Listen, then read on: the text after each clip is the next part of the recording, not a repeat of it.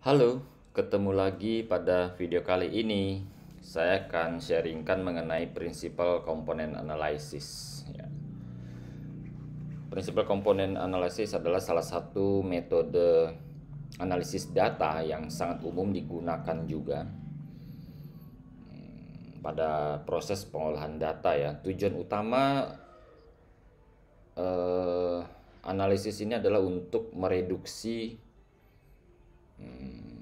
variabel maupun komponen yang ada dalam data kita. Saya berikan ilustrasi seperti gambar di bawah ini ya.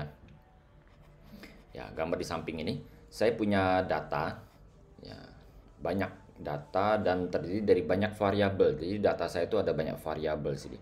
Variabel 1, 2, 3 dan seterusnya sampai X misalnya.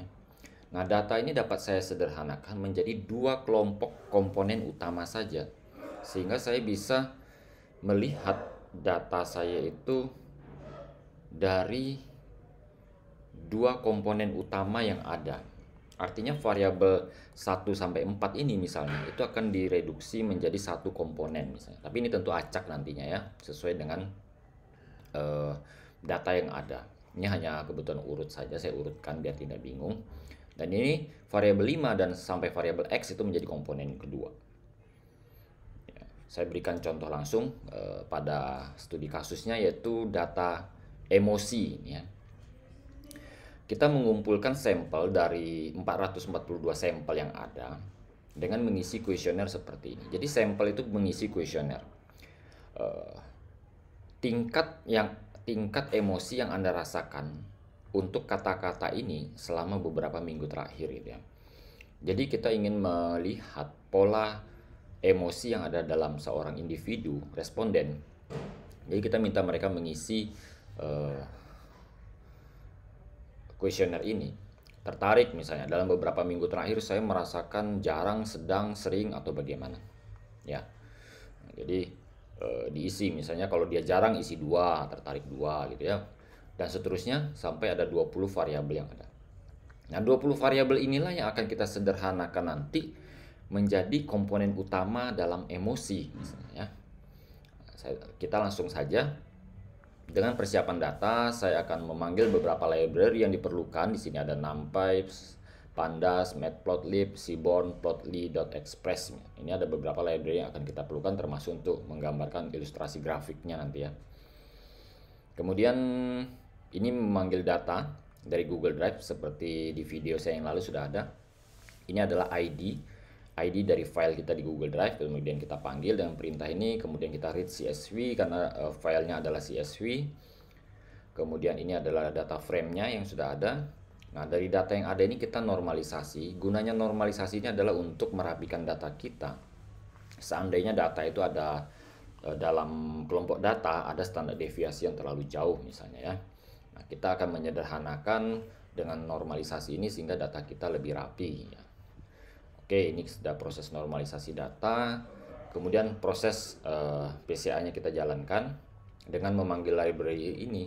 Jadi PCA ini adalah salah satu library yang tersedia juga di dalam scikit-learn ya. Scikit-learn ini, scikit-learn adalah library yang sangat sering digunakan juga di Python ya. Info lebih jelasnya bisa kunjungi websitenya scikit-learn.org ya. Oke, ini PCA sudah ada decomposition ya, dia bagian dari decomposition di dalam scikit-learn. Kita panggil library-nya, kemudian kita jalankan perintah-perintah awal. Yang penting di sini adalah komponen. Banyaknya komponen yang akan kita ekstrak dari data kita. Di sini saya memutuskan untuk mengekstrak menjadi dua komponen utama. Jadi sini angka 2 saya masukkan. Perintahnya adalah saya simpan dalam variabel ya 6 komponen sini. Saya simpan, kemudian saya gunakan dalam perintah PCA-nya. Saya jalankan di sini, tunjukkan hasil eigenvalue-nya ya. Dan yang penting juga adalah ini, perintah ini explain variance ratio. Ya, di sini dari data ini ditunjukkan bahwa 31,18% variansi data menjelaskan komponen 1 atau dijelaskan oleh komponen yang pertama. Ini komponen pertama. Diurutkan sesuai dengan variansinya ya. Karena kita hanya mengambil dua komponen, maka kebetulan di sini data kita dapat dijelaskan dengan PCA ini dengan dua komponen ini sebesar sekitar 48% ya. Itu sebenarnya sudah cukup bagus ya, cukup besar. Di sini datanya ada. Nah, ini ya, 40 total sekitar 48%. Kemudian kita lanjutkan dengan pengolahannya beberapa baris perintah ini ya, untuk mengilustrasikan data kita. Ya, kita membangun data frame baru dari data komponen tadi ya. Data komponen yang sudah diekstrak, variansi maksimum setiap komponen pada variabel awalnya saya buat seperti ini. Saya buat di sampingnya variabel awal agar kita bisa melihat perbandingannya ya. Nah, ini adalah contohnya variabel tertarik. Ini dia ada mengandung komponen 1 dan komponen 2 juga di dalamnya dengan masing-masing arah ya, masing-masing variansinya ya. Di sini kita lihat beberapa data yang lain ya. Nah, untuk memudahkan kita membaca tabel ini, kita grafikkan saja dengan scatter ya. Kita lihat, nah ini dari data grafik yang ada itu kita bisa melihat ada pengelompokan terhadap variabel-variabel awal tadi berdasarkan scatter dari dua komponen yang ada ini ya. Kita lihat, nah ini bagian kiri ini adalah kelompok variabel yang berhawa-hawa positif. Nah, saya bilang hawa positif ya. Ini terinspirasi, gembira, antusias, dan perhatian dan lain-lain. Dia mengarah ke arah kiri. Sementara yang di sebelah kanan ini adalah kelompok variabel yang hawa-hawa agak negatif, takut, gelisah, tersinggung, dan lain-lain. Ya, jadi ini adalah proses untuk penyederhanaan data kita sehingga kita bisa mengekstrak informasi yang lebih detail dari variabel yang begitu banyak tadi.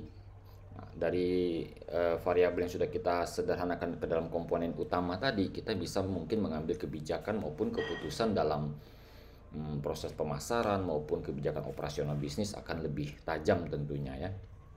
Nah, kita bisa pertegas juga hasilnya seperti grafik yang berikutnya. Nah, ya. Dua komponen utama yang membentuk kecenderungan pengelompokan variabel pada variabel emosi negatif dan emosi positif ya, seperti ini. Ini kecenderungan sebelah kiri, sebelah kanan. Ya, ini adalah data yang ditunjukkan dari prinsipal komponen analisis kita. Semoga tutorial ini bisa memberikan gambaran ya untuk kita mengenal analisis dengan PCA ini. Semoga bisa bermanfaat untuk semuanya. Terima kasih.